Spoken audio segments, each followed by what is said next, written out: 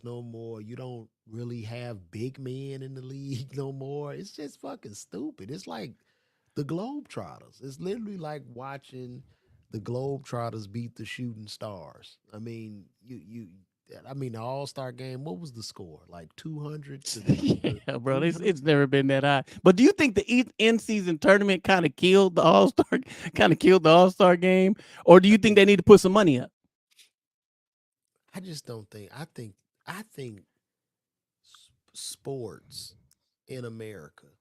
Um, I think with just greed. You know what I mean, from everybody.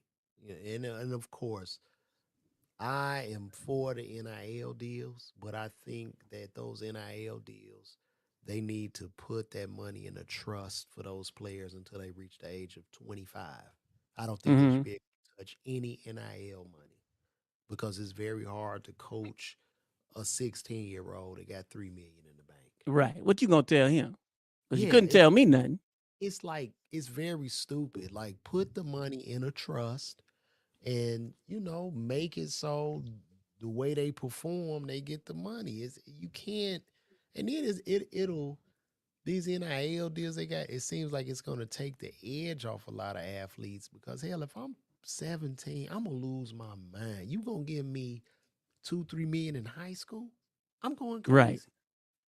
I'm And going then they're not talking about those problems that are coming along with that, because now your partners, your family, everybody think you got to give them something. So you stressed out at 17 years old. and then too, people in the NBA, they I mean in the NBA, and this is just sports overall, it's just a decline in morale. I see a lot of entitlement. It's sad, the ball player. When we was coming up, Jordan wasn't looking up to no goddamn rapper or no actor. Right. Now these ball players looking up to TikTokers and IG people, and it's it's sad, man. It's in a decline, and the young kids are not really watching sports either. You know what I'm saying? They not into it like we were. The dunk Yeah. contest was atrocious.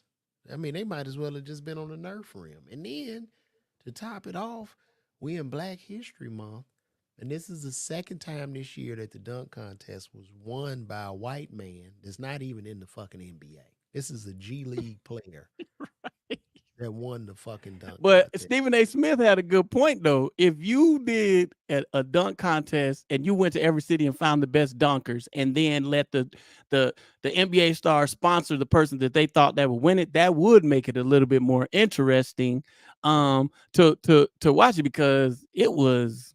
Bro, the dunk contest made Air Jordan. You know what I mean? That's what made Mike Do you Jordan. think that Stephen A. is right though? LeBron messed up the dunk contest by not joining it, and it made the rest of the stars not want to join it. I guess, man. I don't know. It's just weird, dog. It's basketball is just whatever. You know what I'm saying? They don't have no hunger. Ain't nobody hungry. Everybody just rich. They was hungry for that 500,000. I think the end season tournament kind of killed the All Star game, because you know what I'm saying. It's like we did it already. Basically, to me, is what it looked like. There was a lot of effort trying to get that 500,000.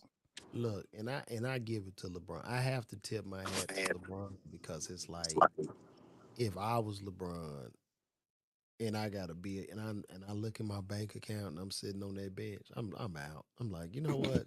Fuck this. I'm throwing my I'm gonna take my jersey off, throw that shit up, and I'm gone. I ain't coming back. Like, so I give it to him for like he keeps showing up. He's trying his hardest, but it's a wrap, man. I think sports. We just on the brink of something major, man. I just think everything, nothing makes sense anymore for me as an elder statesman, and we just on the brink of like total change. Like everything is changing so rapidly. Everything. Yeah, K Davis, what's up? Now, okay, sports was cool, but I want to know where you think. What do you think the state of live stand up is going to? Because I'm seeing a huge shift, and hold on, let me let K Davis in too. Um, turn the mic She like muted. Yeah. What do y'all think the what do y'all think stand up live stand up is headed in what direction? K Davis. You want me to say, Davis? I'm thinking. Oh, I don't know. all right, LeVar, go ahead. K Davis said Uh, this well, is what you do for. right now, to me, as far as black, I'll be specific with the black comedy and with comedy overall. I just think it's more spectacle. It's not about who's necessarily funny. It's just about who can garner the most attention, and that's who's gonna win. Who can garner the most attention, put the asses in the seats. But that all boils down to just who can garner the most attention. I mean, and then now, right now, what's so detrimental to black comedy is since that Cat Williams interview, everybody's bickering and arguing, and that's drawing the attention. And it's like this snowball that's just going downhill, and it's consistently building up. You know what I So, in your mean? Like, opinion, the Cat Williams interview didn't help comedy? Because I feel like it helped comedy and it helped content creators because yeah, it gave us something to talk about. It it got its gave me, pros and yeah, cons though. yeah, but it's not like it's helping me sell no tickets necessarily. Like I could Yeah, but any if he had said something about LeVar Walker, and then LeVar Walker has to, the people are going to flood to your show to see what your response is to what Cat Williams was saying about. Because you got to think, some of the people that he talked about weren't really, you know, they were doing their thing, but it made you think about them again. You know what I'm saying? And not that they needed it, but they really weren't really messing with the stand up world. You know what I'm saying? Like that. I But mean, now, I would have to call Ricky. I'd call Ricky and ask him if he's seen an increase. And I don't think, I'm and then sure he too, I did. They want to hear think what he got to say. You don't think? the thing now is fanning out. I don't really think it's. I don't think it necessarily helped comedy, bro. I don't You think think it it. helped content creators? It definitely helped content creators.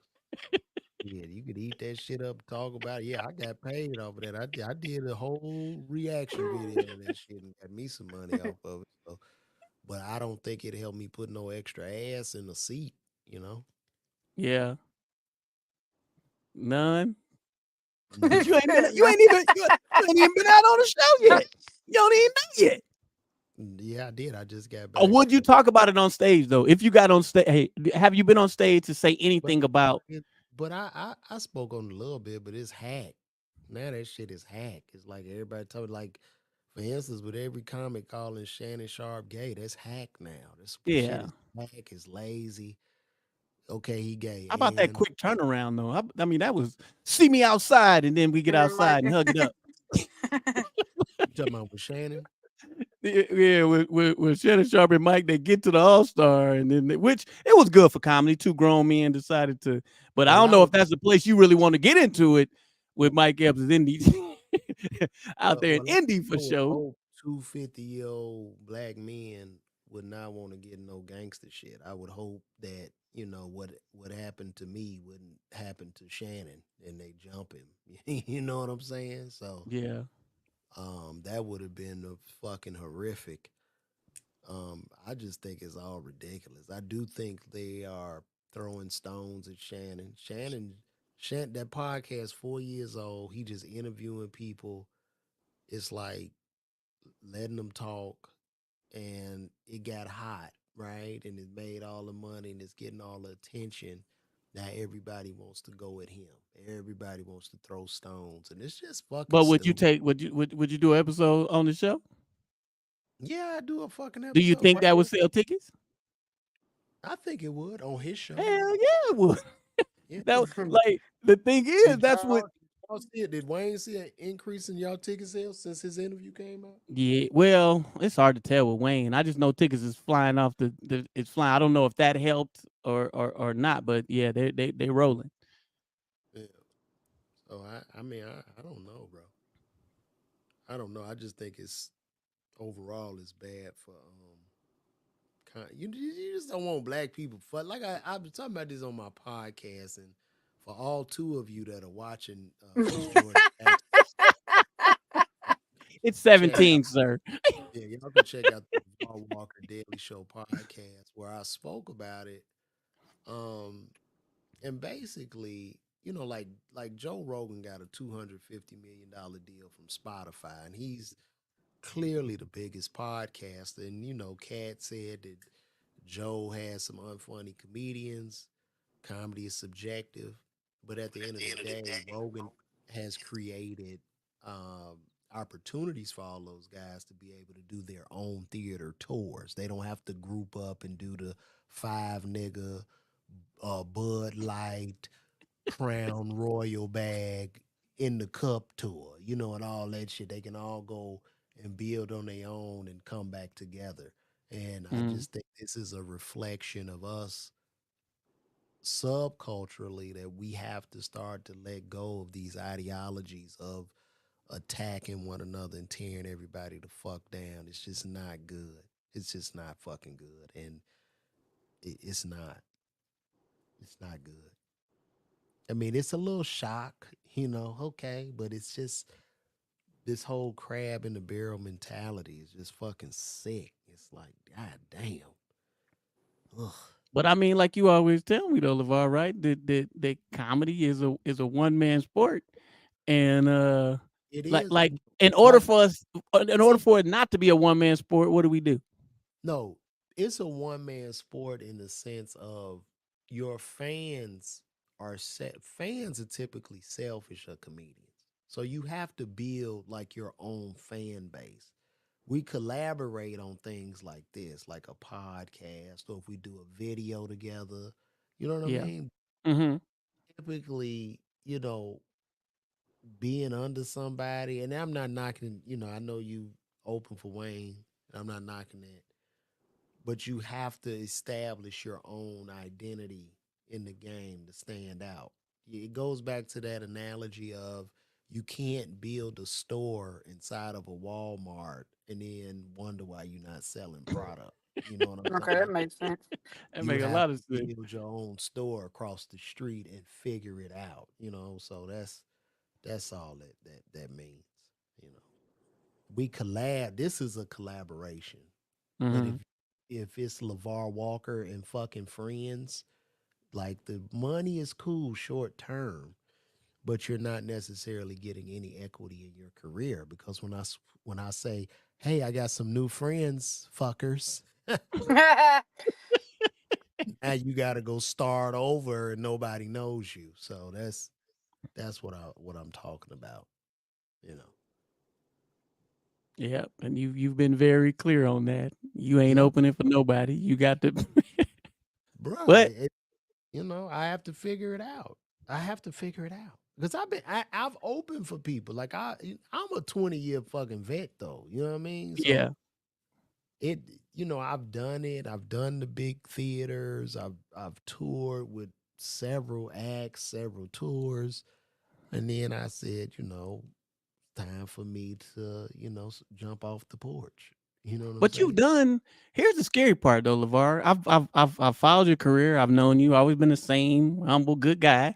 But you you're doing very well on social media. You've done major movies. You're on Amy Schumer show. You're a writer and are in it. Mm. And what do you think it is? I mean, how much more does a person have to do? Well, I Um, think for me now, like I've been 3 years in this full time, about 3 years, where I'm totally comedy television writer. And God gives you an assignment, right? And in that assignment, you get an assignment and you get an appointment. And in between the assignment and the appointment, you have disappointment. And you have to get into that disappointment to prepare you for the appointment. Because if you're not prepared for the appointment, mhm. then you are anointed. But if you're not prepared for the appointment, then it's not gonna last. You won't be ready. So I Yeah, think you make a hell of a pastor, boy. I ain't lying. I I finna say you sound like Jamal Brown. 'Cause Now pass the time, cause I ain't said nothing. no, I think right now, you know what I mean? I'm getting prepared for my appointment. So I'm not tripping. I've embraced the journey, and Hey, you know, Twina. I'm just in gratitude. I have to be happy, and Yeah, bro. Because I mean, and and for then the people who don't know it, yeah, tell like them the Amy Schumer story. Because that, to me, that's amazing. How did you come to get that to be a writer and to be on that show? okay, so I was performing at Martha's Vineyard in with Damon Williams. Damon Williams, George Wallace, and who else was on that damn show? It was me, Damon, George Wallace, and Chris Spencer. And I just happened to do the show. I've done it a couple times before, and I was just killing, man. And she happened to be in the audience, and oh my god, you're so funny. Like, oh shit, Amy Schumer. This is like, because it's all black people and shit. I'm Right. like, wow, what the And fuck her. you? And she was like, oh, you were so funny and this, that, whatever. And she had started following me on Instagram. I gave her a hug because I don't really, when it comes to celebrities and shit, I just keep it, how you doing? I'm gone. I ain't got time to be, a lot of comics want to tap dance and look like fucking thirsty dogs in front of motherfuckers. Stand No, up. I'm out. You know what I mean? So after I talked to her briefly and left, she started following me on Instagram. And maybe 3 or 4 days later, she DM'd me and asked me if I had written anything. And I said yeah, and I sent her something I wrote. And we got on the phone, started chopping it up. And then she was like, I got this show coming out and I want you to write on it. I was like, shit, that's great. And then Dang. her assistant or somebody talked to me and they were gonna fly me out to New York immediately. But then they shut it down. Oh, Amy got a movie. This ain't gonna happen. I was like, oh, these motherfuckers. I was like, this is some old Hollywood shit, and I just forgot about it.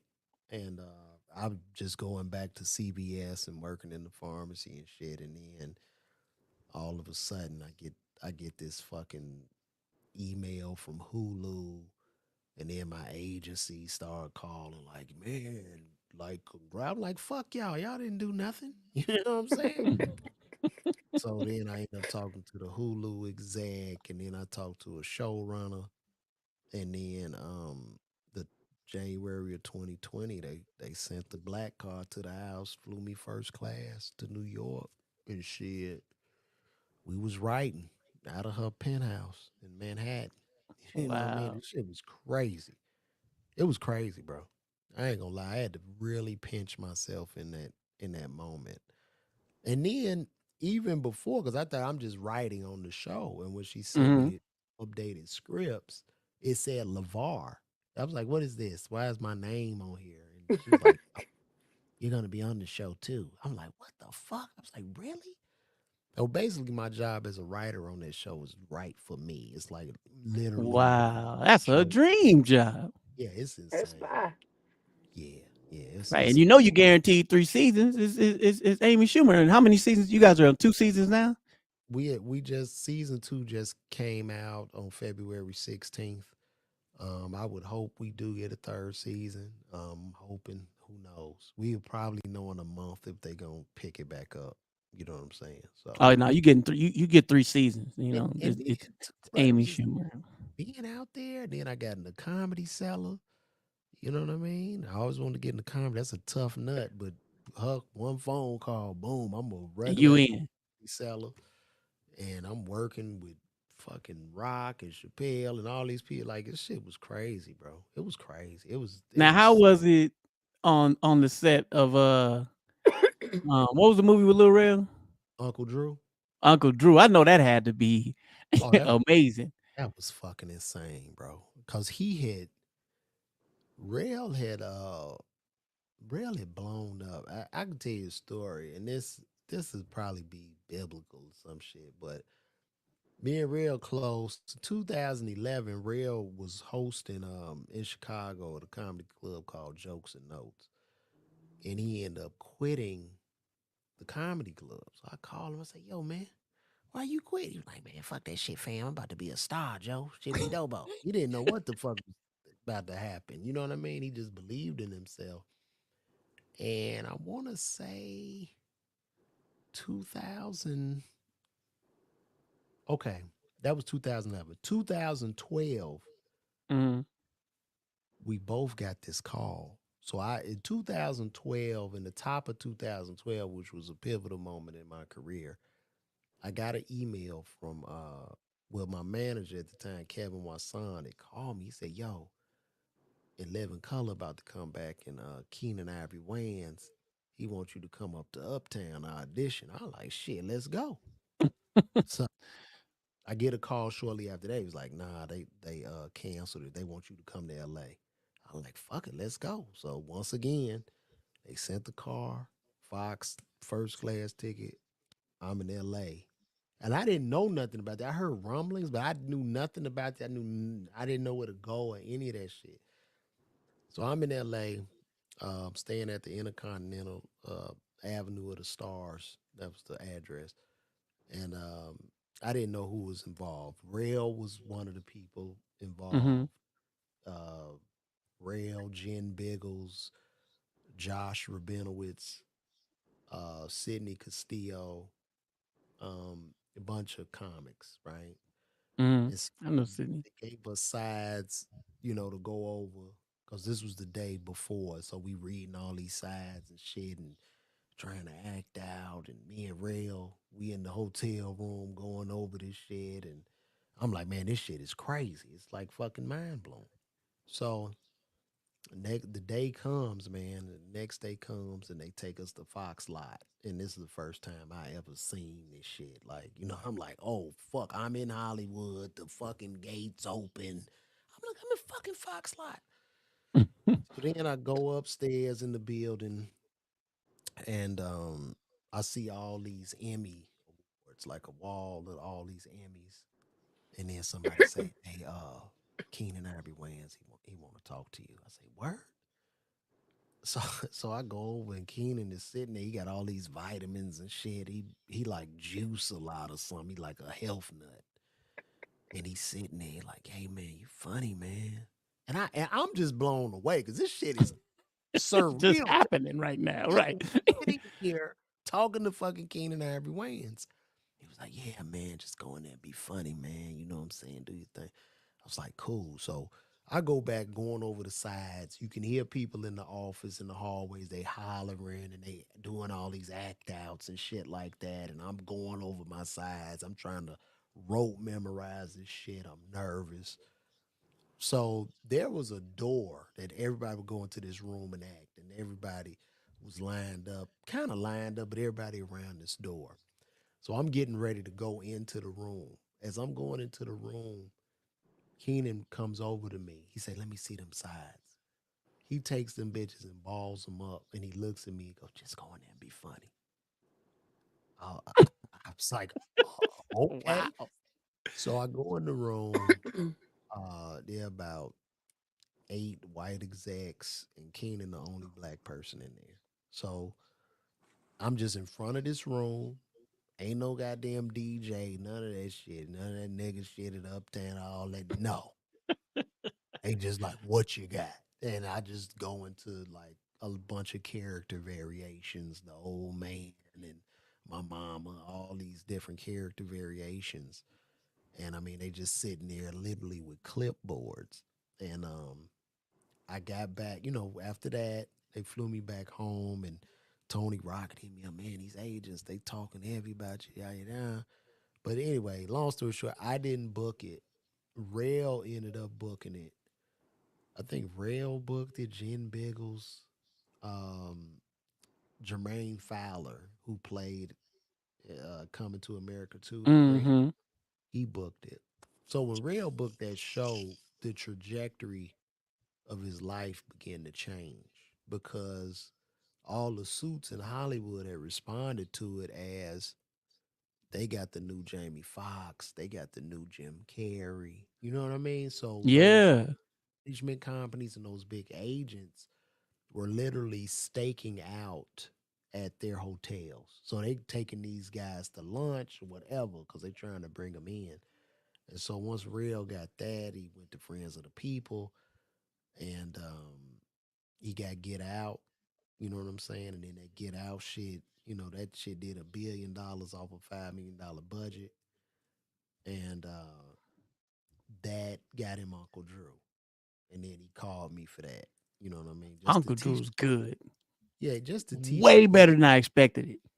Yeah, just to teach the players how to act like old men and shit, and teach them how to act like old men. And then I ended up doing punch up on the script. You know what I mean? Just adding a few Hmm.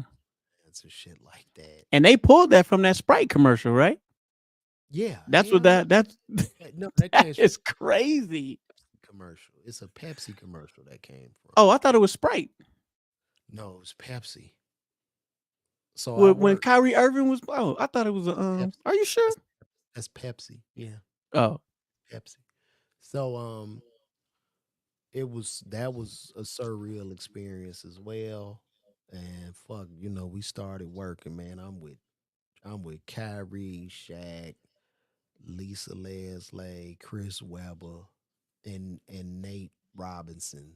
Like every day, we together.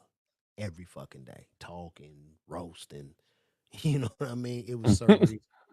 It was surreal. And then I ended up getting a small part on the movie. And I ended up getting that small part because we were doing the table read, and Reggie Miller, he didn't make it. So the director, Charles Stone, who directed Paid in Full, he was director Uncle Drew. He asked me, he said, LeVar, since Reggie not here, you read for the part of Lights, which was one of the basketball players. So I read for that shit, and I did it in the old man character voice. And the Mm. president of Lionsgate was there, and he was like, "Oh God, can he play the part?" Like they were laughing and shit. And so the writers was like, "Hey man, if you want to play a character, let us know." I like, "Hell yeah." If we haven't cast a character you want to play, let us know. I say, "Hell yeah." And I end up playing the Foot Locker manager. So that's that scene with me, Tiffany, and Rail. Man, it Yeah. was surreal, dog. It was just surreal, dog. You know what I mean? It was, talking to Reggie Miller and shit, and talking to Kai. It was crazy, Yeah. dog. And Yeah. your what's crazy though about your whole career though is like you have all these viral moments. You did the Kevin on stage. You did the clip where you had Kevin Hart literally in tears. And I think what'd that get about? What 10 28 million million, 10 million views? on Facebook, 2 And million now on now take us to that show. dog. How did you see that coming, or was it just like wow? And then how did it feel to make Kevin Hart like that had to be surreal in itself? So, bro, I was at a gas station on Fulton Industrial. Okay. And shit, I see this little Kevin Hart cutout by the beer. And, eh, you know, hey, ping pong. So I see it. And I got to put that picture up, but I took a picture with it.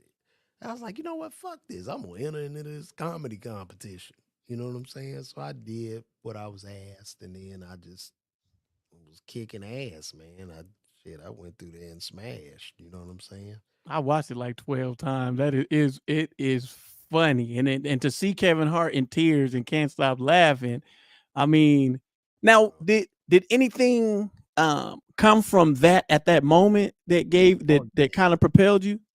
yeah, yeah. So from that, when I won that, What was the Kev, competition for the people who don't know?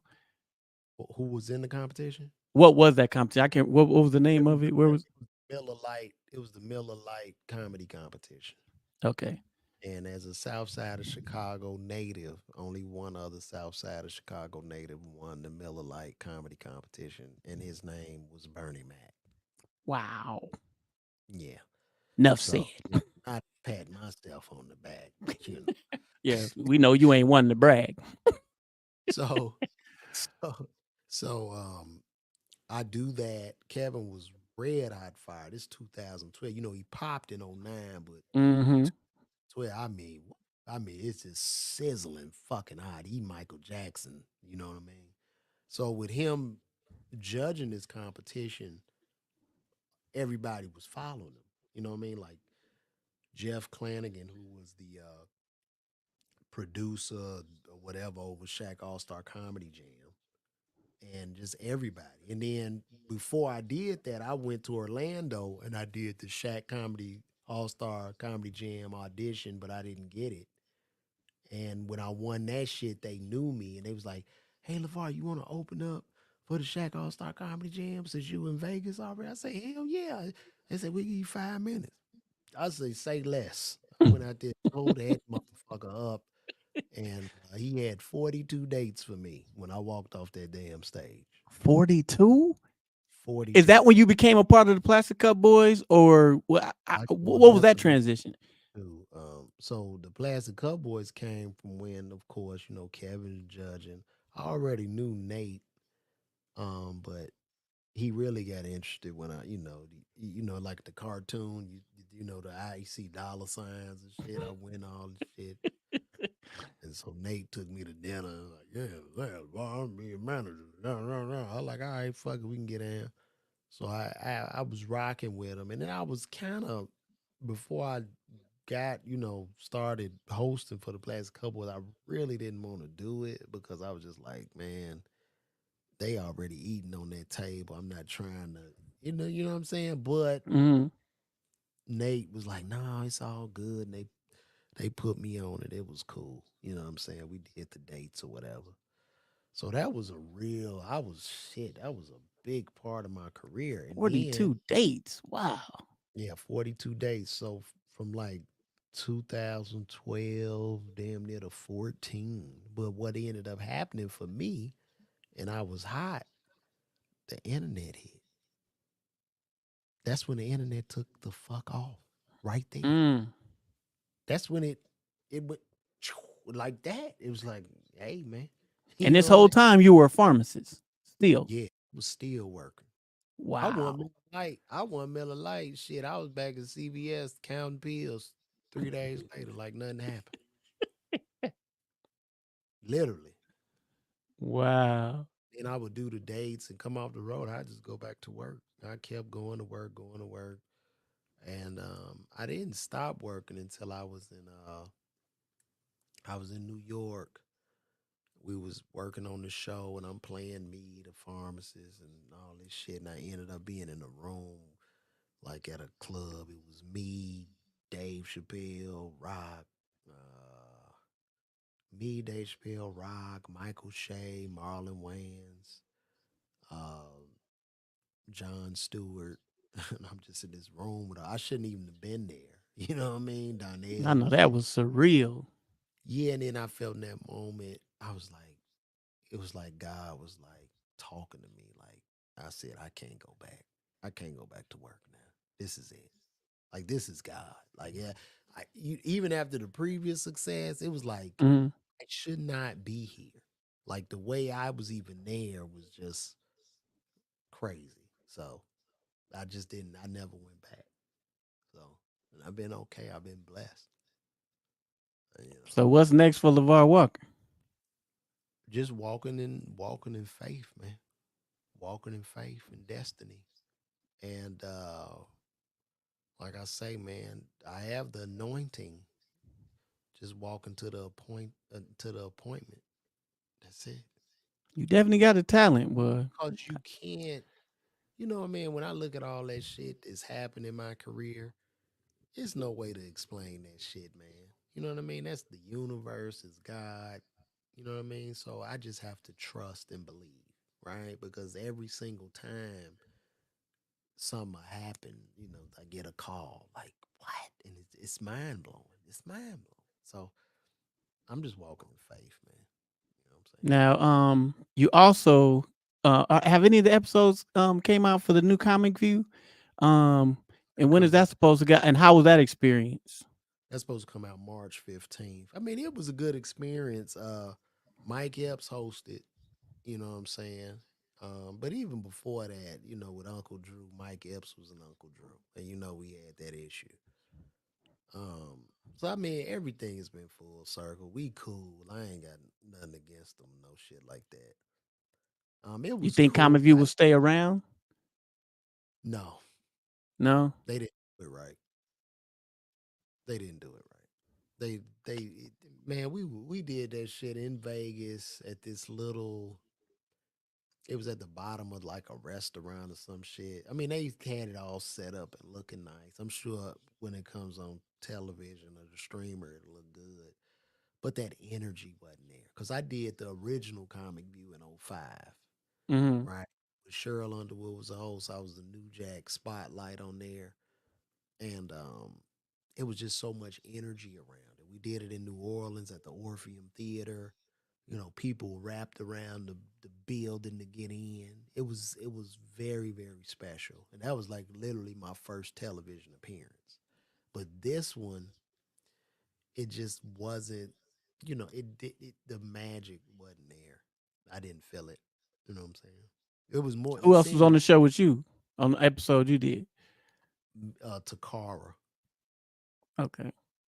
but And how's the Ti. new setup? Is it just like the old Comic View, or how are they doing it? How's the new setup? No, it's more of a comedy club feel. You know what I'm Mm-hmm. saying? Comedy club feel. Like the ceilings weren't necessarily that low. You know what I mean? But you got the people around you. You up on the stage. It's a real comedy club vibe. It's not a theater vibe. But they should have did Oh. theater. I think. You know what I mean? It just makes it bigger. It makes it special. And they didn't But really right do a for lot how much time a comic view? Comics got each comic got how much time on the on the original comic? on the original comic view. They didn't get much time, right? Like 5 minutes, You get about five, but if you ripping, they're gonna let you go to 10. You know what I'm saying? 10. And It's how much no. time you do on the new one? I did 15 flat because I just Okay. wasn't.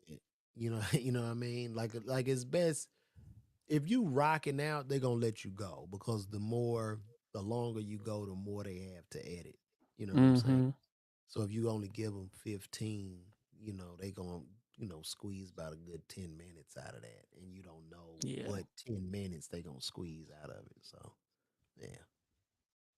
All right. Well, LeVar, I mean, the people have spoken. They said it was a very, very interesting conversation. I see why you do a podcast by yourself because you don't let nobody else talk. But I do like the fact, Nigga, you ask me these questions and I answer them. you know, I mess with you.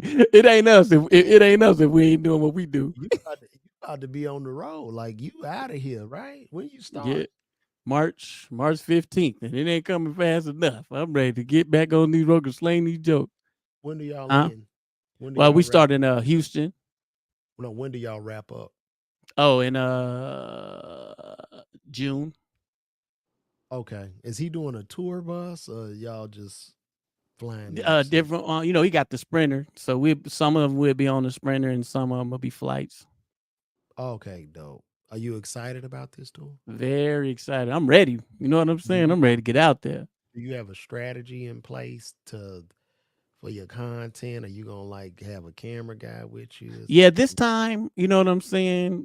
Shout out to my management. This time, I plan on get some content and bringing the fans with me, and let them really get to see this experience of what it is that that we about to do, because we've been doing this for 6 years straight, and as a right? content creator, I ain't getting nothing. That's crazy. And who is it? Just you? Who else is on the tour? It's me, Country Wayne, and Mario Torre, us three. Oh, dope. Okay, cool, cool. And Mario hosting? Mario's hosting, a featuring, and then Wayne, of course, Oh, the good. headliner. Okay, good, good. That's a good show, man. Y'all have a good time.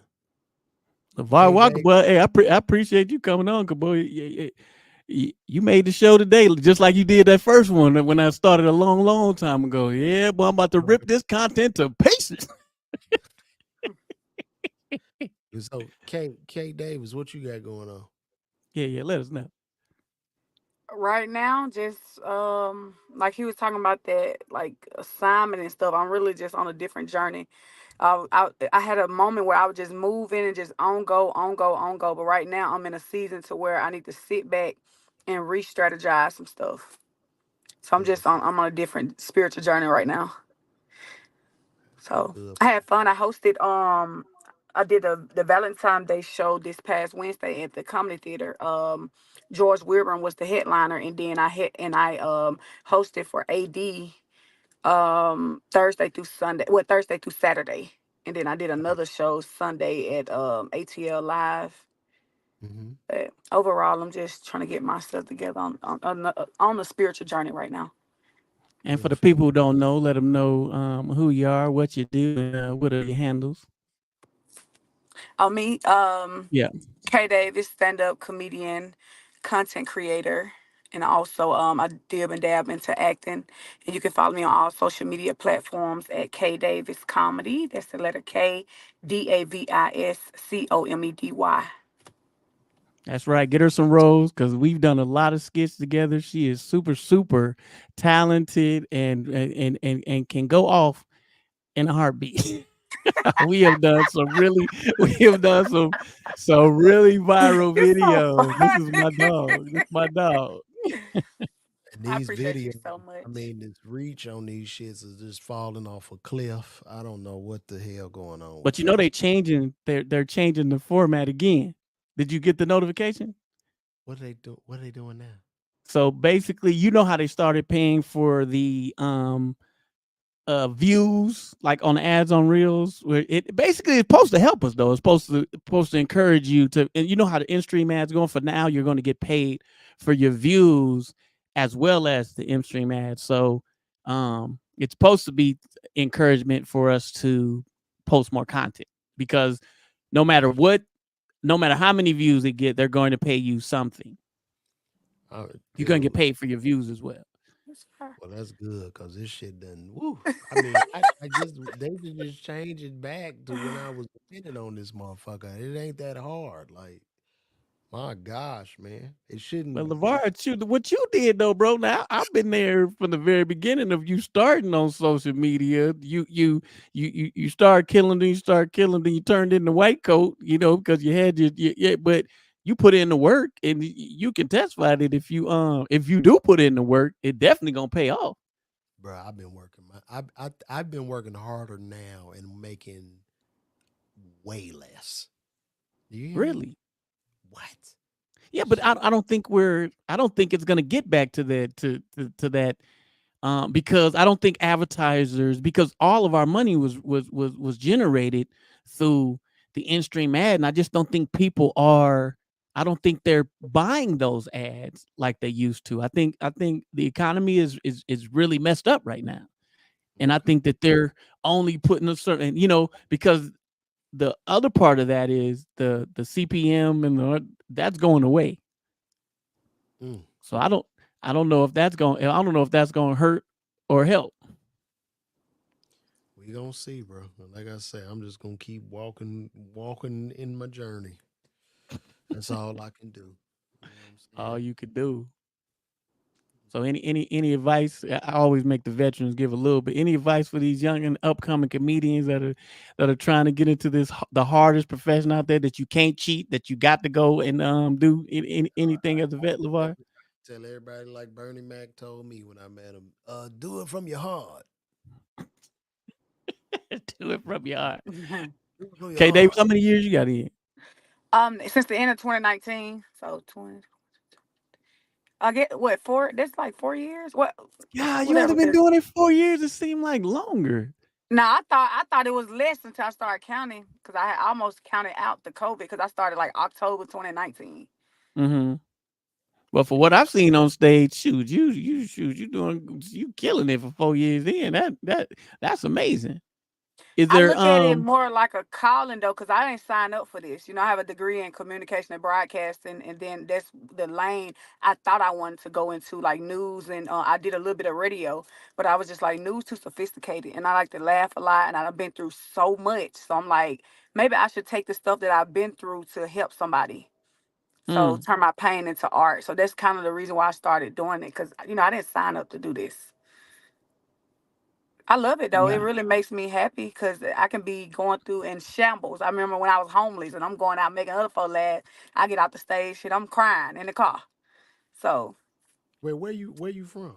Mississippi, Okay. yep, I stepped out on faith and can't hear nobody but me and God. And she got that anointment on her too. I'm What start part of speaking this. Mississippi you from? I can't. My family from I'm not Starkville, from Senatobia, Mississippi. So I'm from the Tate in Panola County. Is that Um, close to Yazoo City? Nah, that's probably like 2 or 3 hours away. Yazoo is I think like close to Jackson and stuff. I'm more up from North Mississippi, closer to Memphis, Tennessee, that area. Yeah, I found out my biological great grandfather or was a wealthy black in Yazoo, Mississippi. Wealthy. Yeah, they was paid like my mama was adopted, but I read a book about him. I'm like, oh shit, he owned a lumber yard, a ice house. He had a Klansman that worked for him What the- in one of his yards. He was a Oh foreman. Lord, have mercy. Because he would pay him good because he would tell him if the Klan was planning some shit. Like it's very interesting, man. So look at you keeping the wealth alive, the Man, generational hey, boy, breakthroughs. we right now. But that's what's up, man. Well, Uh, I appreciate y'all for coming on. You know what I'm saying? We got to know a whole lot about LeVar Walker and K Davis. I'm gonna bring you back on. LeVar, thank you for this content because that I needed it. You're so funny. If I can return the favor, let me know. Cause hey, LeVar, no man, it's tough out here. boy, it's bad. It's bad right now, baby. But StreamYard make it easy because you can cut this, you can cut this stuff down, and down. And you know what I'm saying, have you some, you know what I'm saying, and have you some good shorts and some good stuff to put out there. And right now, YouTube is wanting more setups like this. So, you know, you keep doing these type of shows, don't get discouraged. I know a lot of people are trying to, you know, they get discouraged with going live. And, you know, everyone who went live had to start on a certain amount of numbers. So that part doesn't matter. Where the big thing is have value and replay value. And when that one good live that goes through that had that type of value, they'll go back and watch the rest. So you haven't lost anything. You give a show like there's 10 million people out there. Period. That's real. Yeah, I'll let you know. Look at this show. Don't nobody be on there, but he still keeps going. That nigga so funny.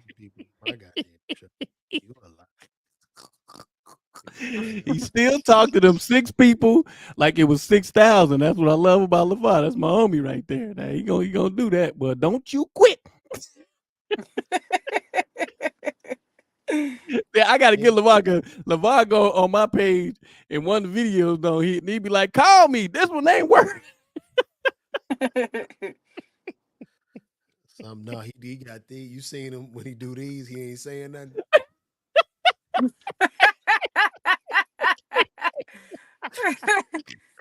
It's just him on there smiling and shit.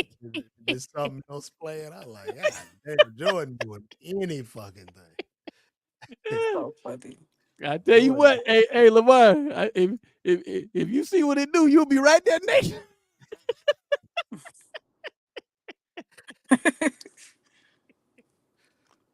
Every now and again, some days you ain't gonna be able to put in all that work that you done put in. Shoot. All right, y'all. I really appreciate y'all coming in. That is the end of the Jordan Jackson Show. My guests have been LeVar Walker and K Davis. One more time, LeVar Walker, tell them the platforms that you can be reached on and the upcoming shows that you got, because I know you got some in Arlington and a couple other things coming up. Virginia, March 1st to the 3rd. Start on Birmingham, Alabama, March 29th. San Antonio, Hyenas, April 26th, I believe. And then I got some more shit. I got to look at these dates, man. I ain't got as many as y'all, though. It don't matter. You got some. And some of us ain't got nothing. K Davis, what you got coming up? Nothing. I'm the somebody that ain't got nothing. You got something coming up. I see you hosting all the time. Don't be talking about no nothing. You just said you speaking in your anointment. You got to say, I had to do that, but no, it's some coming. I don't have the dates for it, but they on the way. They here. They on the way, baby. Okay. They on the way. Well, all right. Well, I appreciate everybody. This has been the Jordan Jackson Show. Thank y'all so much. We will see y'all the next time. We gone like chicken through the cone.